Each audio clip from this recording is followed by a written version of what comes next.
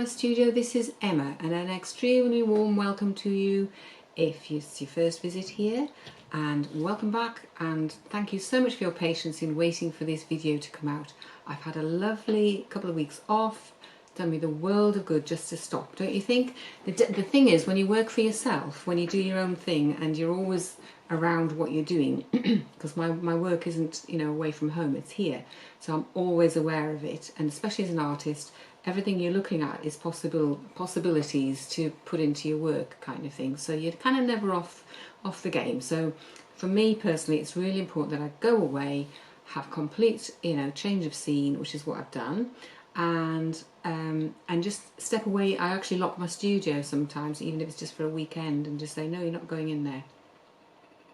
So I've had a lovely holiday. We went up to North Uist and had a really nice time. I've been there 3 times now, because actually we went, my husband and I had our honeymoon there a year or so back, you know, and we've been there. We went to South Uist last time, and then this time we actually stayed on North Uist. But it's great because you get to travel around, and if you haven't been to the Hebridean Islands of Scotland, you know, they are just so beautiful. It doesn't matter what the weather's like.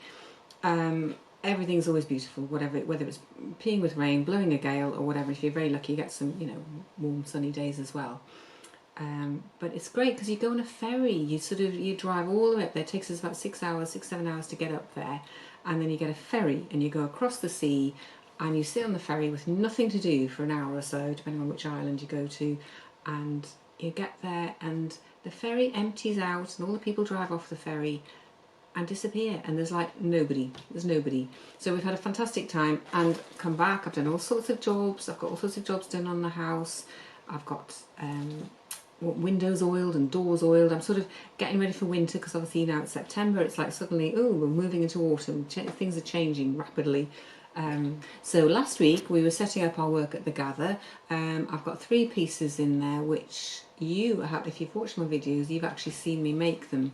There was the tulips. It's all the ones I've done this year, actually. Tulips, the tree, and my seed heads that I did this year. So they're in the exhibition, which was really nice because I got them made quite easy by showing you what I was doing, and I put them in the exhibition, and that's just been so nice. It's with my group, Fabricate, our group together. It's not as big an exhibition as we did in the summer. There's not as big a space to do it in, but it's in a beautiful place. If you're in Cumbria, it's at the Gather, which is near Ennerdale.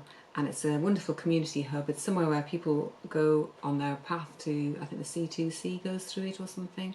Anyway, it's on the path for cyclists and walkers, and it's like a community hub, and they have a cafe, and so it's just lovely to be there as well. So, oh yes, and we've got a Meet the Makers Day. If anybody wants to come and meet the makers, like me and the others, we're doing that on the 10th of September.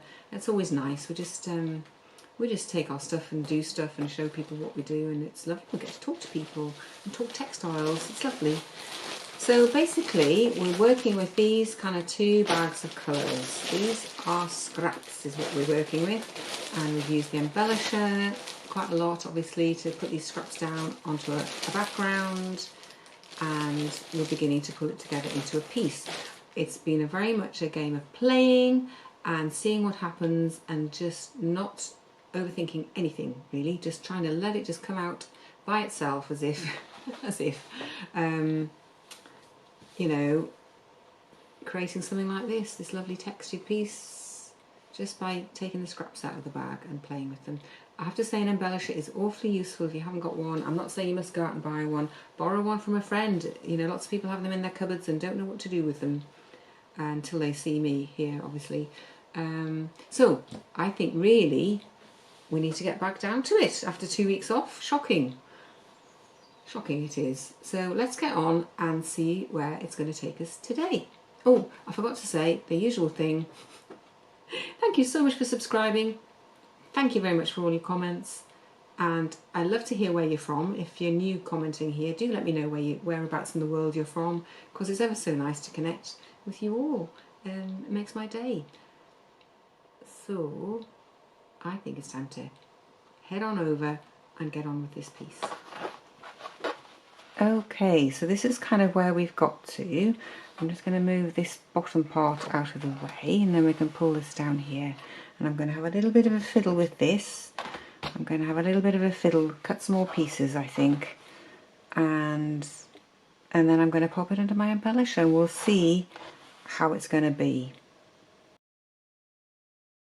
I've just taken everything off like that because I wasn't quite sure where I was going with it, and I'm just going to pop some pieces on quite randomly.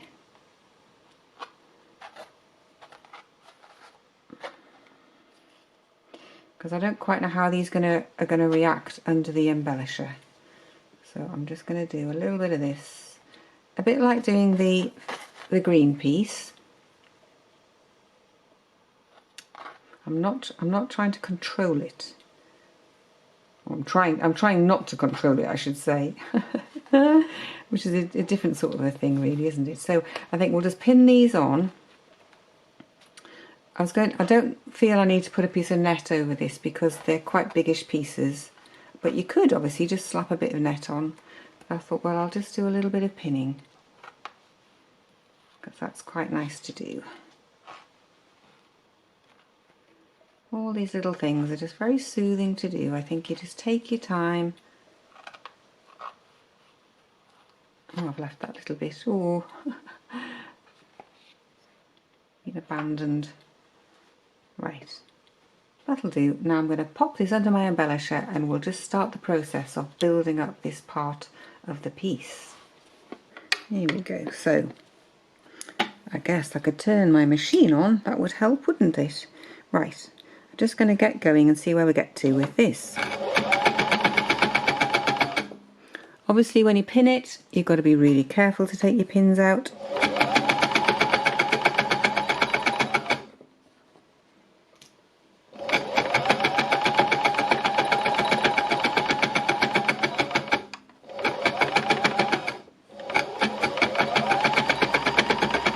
Isn't that lovely? If you haven't seen an embellisher in action before, this is what it does. It scrunches up the fabrics. It attaches them to the fabric underneath. I'll just try and show you what it's doing. Ooh, it's actually picked up something else as well. It's picked up a stray bit. We'll just take that off. So here we go. And I can show you this. Do you see? That's just pushing it through nicely. And obviously the more you embellish it, the more you get of the little threads coming through onto the back, but that just holds it in place. And if you do it fairly lightly, you can always take it off with ease and come back and, you know, do it again, add bits on. So I'm getting gaps here, but I'm not bothered because I can just keep adding strips.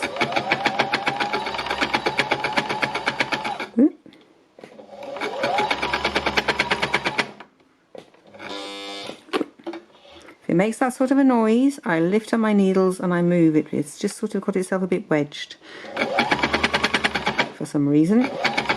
It's almost like you have to kind of get the ball rolling, get it moving. And you can hear it makes different noises depending on what fabric you're using. So a fabric like this, I can hear it's making a louder noise. So I do tend to go quite carefully. And you can go quicker.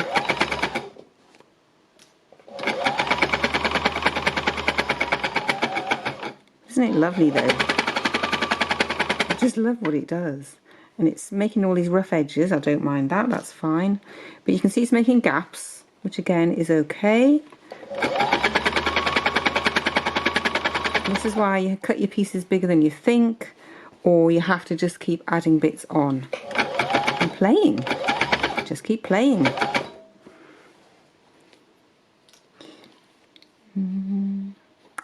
Perhaps we'll put that one on first. We'll put this one on first.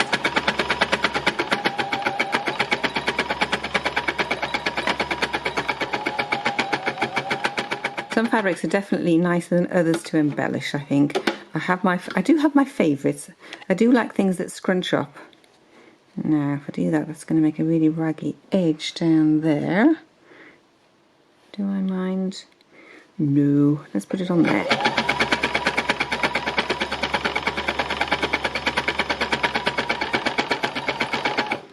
Because again, like the green base part of this picture, I'm trying not to overthink anything. I'm trying to just be a little bit free. So I'm just going to put some more pieces of fabric on and keep building it up. So I've cut myself a little pile of of longer bits and some of these nice soft organza-y bits, which I think will scrunch up nicely, because I probably need some of these for my, possibly for my edges, and just to add in. And there's a long piece of that. They're getting kind of long and thin at the moment, and I've got some of this textured stuff as well to put on. So let's get putting these on now.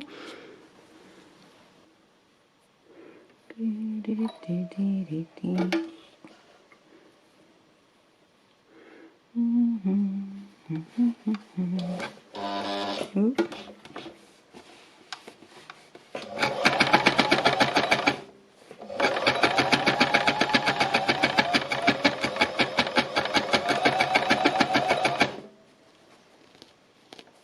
I think that's gone a bit too much over that bit, so let's just snip that off a wee bit. This is what I love. You can change your mind 100 times when you're embellishing. You don't have to stick to what you've thought you were doing.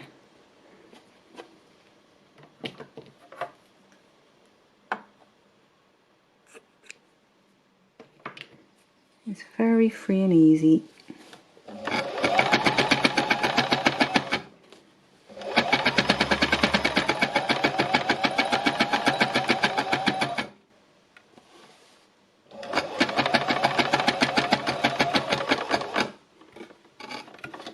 I would like that a bit nearer to the edge. I think I'm just going to take that off a bit, and I'm just going to put it a bit over the edge. Going over the edge here.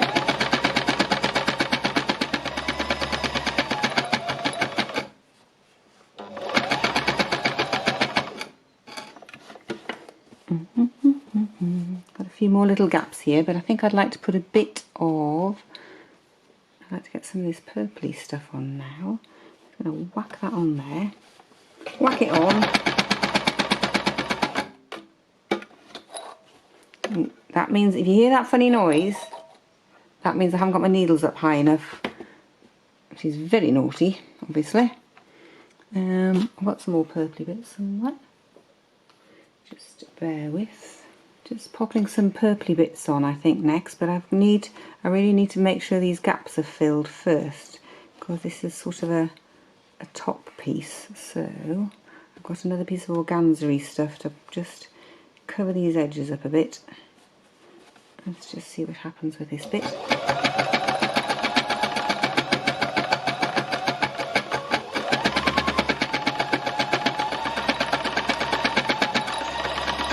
If you're intending to keep your edges sort of loose like this, you know, you can just embellish right over the edges, and then it all looks like it's all meant to be like that kind of thing. I may need to trim these down a little bit, but I'd rather put more on now, and then, you know, I've got plenty in hand, as it were. So I'm just looking at these bits here, thinking I might just add a bit of this in here.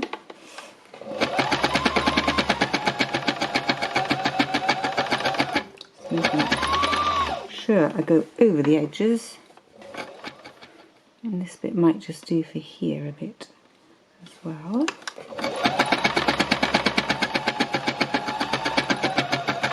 What I love is how things just shrink and change. You're not really in control of it, because the machine's going to do whatever it's going to do to the fabric, and you just have to appreciate it. And if you don't like it, you just take it off, which is fabulous.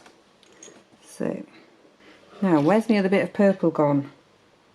You know what? You cut bits out, and then sometimes they end up on the floor, don't they? That's where this piece has just been. I'm just going to pop this on here.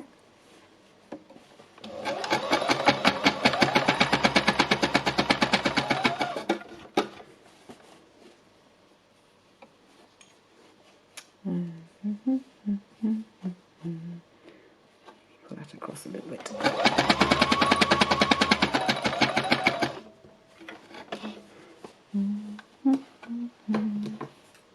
I just love doing this. I just love messing about. It's just such a fun thing to do. So I feel as though what I'd like to do is, I need to do this edge here, and then I'm going to have a little look at it. No, I'm actually not going to look at it. I'm just going to keep going. I'm just going to keep going. I'm going to pop that bit on there. See, I don't mind that that's going on top of already got. It's quite nice if you put something in that's really distinctive like that to then, you know, cover it up a little bit so it doesn't look like it's just been plonked there. And the other thing I've got really is these lovely bits here. This is one of my favourite fabrics to use, as I mentioned last time. It's just gorgeous. It just adds a bit of texture. Just adds a nice bit of texture. And I've got some bits of this. Don't want to put the dark on, I think. So, am I going to use this fabric? That's my question. And if so, how big is it going to be? Get that little bit of dark on it, I think. There we go. Now some of it's just coming away a bit. I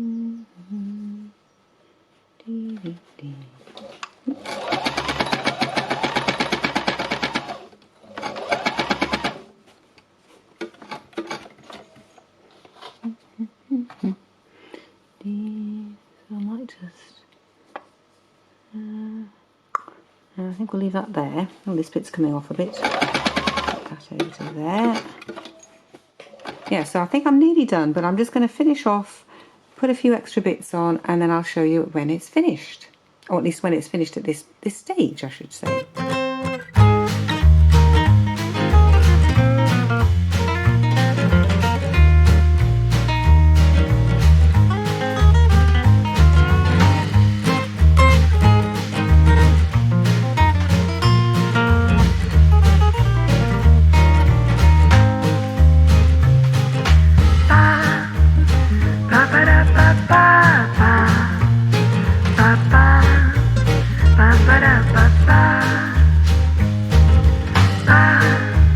Ba ba da ba da ba da ba ba.